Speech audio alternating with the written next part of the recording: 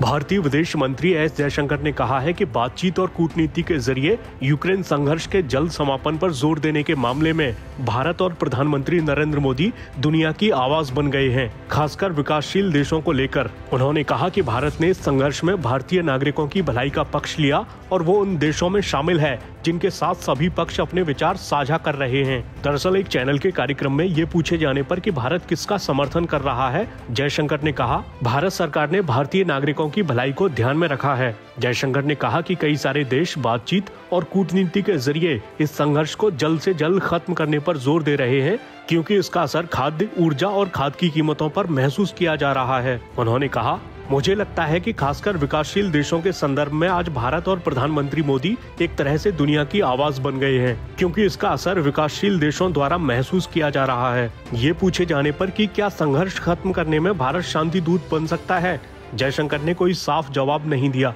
उन्होंने कहा, इस संबंध में कुछ भी कहना मुश्किल है। हालांकि उन्होंने कहा कि ये स्थिति पर निर्भर करेगा।